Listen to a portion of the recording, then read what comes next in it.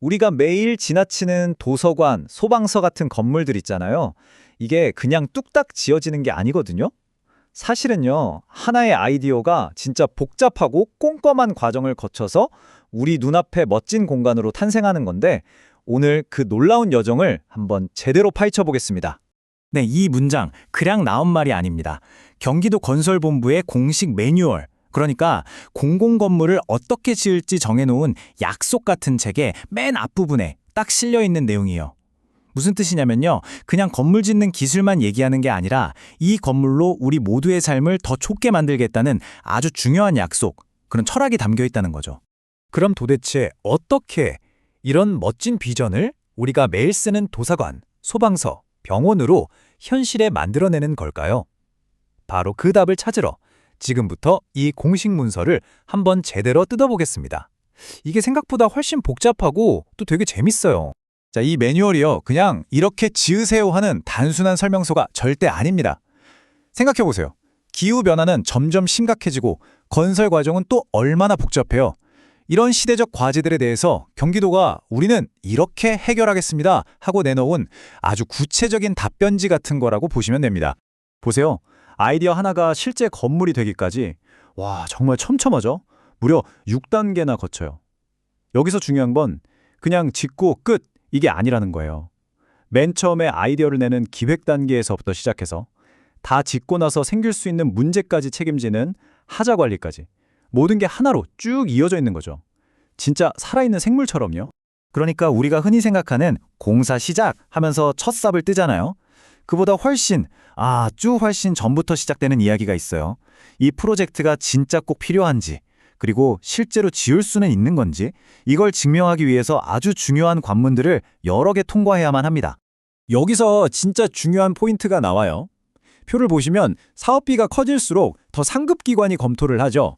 경기도 사업은 경기도가. 그런데 만약에 총 사업비가 300억 원이 넘어간다? 이건 중앙정부까지 직접 나서서 이거 정말 괜찮은 사업 맞아? 하고 꼼꼼하게 뜯어봅니다. 왜냐고요? 당연히 우리 세금이잖아요. 단 한 푼이라도 허투루 쓰이지 않게 이렇게 몇 겹으로 안전장치를 만들어 놓은 겁니다. 그러니까 이 기획 단계에서 던지는 질문들이 정말 근본적인 거예요. 이거 진짜 필요한가? 혹시 모를 위험은 없나? 그래서 이걸 지으면 시민들한테 뭐가 좋아지는데? 같은 것들이요. 솔직히 말해서 이때 얼마나 깊이 고민하느냐에 따라 그 건물의 운명이 갈린다고 봐도 돼요. 정말 중요한 첫 단추인 셈이죠. 자, 그럼 이제 설계 단계로 한번 가볼까요? 이 단계가 진짜 재밌어요. 왜냐면요, 우리가 중요하게 생각하는 현대사회의 가치들이 있잖아요. 바로 그 가치들이 건물의 뼈대와 살에 그대로 새겨지는 과정이거든요. 첫 번째가 바로 제로 에너지 건축물 인증이에요. 말 그대로 에너지를 제로로 만들겠다는 건데, 건물이 에너지를 쓰기만 하는 하마가 아니라 태양광이나 지열 같은 걸로 직접 에너지를 생산까지 하는 거예요. 그러니까 자기가 쓸 에너지는 자기가 버는 에너지 자급자족 건물인 거죠. 기후위기 시대에 이건 이제 선택이 아니라 필수겠죠? 그리고 장애물 없는 생활환경 BF 인증도 있어요. 이건 그냥 휠체어 다니게 경사로 하나 만드는 그런 수준이 아니에요. 시각장애인을 위한 음성 안내라든지 유아차 끄는 부모님들도 편하게 다닐 수 있는 넓은 통로 같은 거. 그러니까 몸이 불편하던, 나이가 많던, 아이를 데리고 있던 그 누구라도 차별 없이 똑같이 편하게 공간을 이용할 수 있게 만들자는 겁니다. 정말 중요한 가치죠. 녹색 건축 인증도 빼놓을 수 없죠. 이건 정말 스케일이 커요.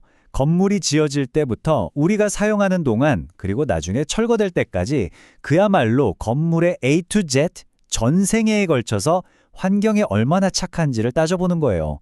어떤 친환경 자재를 썼는지, 물은 얼마나 아껴 쓰는지, 이런 것들까지 다 보는 거죠. 그리고 이건 그냥 권장사항이 아니에요. 법으로 딱 정해놨습니다. 신재생 에너지를 얼마나 써야 하는지 그 비율이 점점 올라가는 거 보이시죠? 당장 올해만 해도 34%인데 2030년이 되면 무려 40%까지 채워야 해요. 이건 앞으로 짓는 공공건물은 무조건 친환경으로 가겠다는 강력한 의지를 보여주는 거죠. 자, 이렇게 멋진 설계가 나왔으면 이제 진짜로 지어야겠죠? 그럼 이제부터는 생생한 건설 현장으로 한번 가보겠습니다.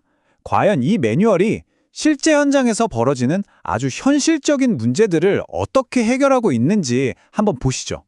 건설 현장 하면 사실 고질적인 문제들이 좀 있잖아요. 돈 떼이는 하청업체들, 안타까운 안전사고. 그런데 이 매뉴얼은 이런 문제들을 그냥 잘하세요 하고 넘어가지 않아요. 아예 시스템으로 해결책을 만들어 놨습니다. 대표적인 게 저기 보이는 하도급 찍힘인데요. 이게 뭐냐면 발주처가 하청업체에 돈을 바로 쏴주는 거예요. 중간에서 누가 돈을 가로챌 수가 없게 원천봉쇄하는 거죠. 정말 똑똑하지 않나요? 그리고 보세요. 그냥 시스템만 만들어 놓고 끝이 아니에요. 끊임없이 현장을 확인합니다. 안전점검은 1년에 4번, 불공정 거래가 없는지는 2번, 불법 노동자 문제도 2번씩이나 점검해요.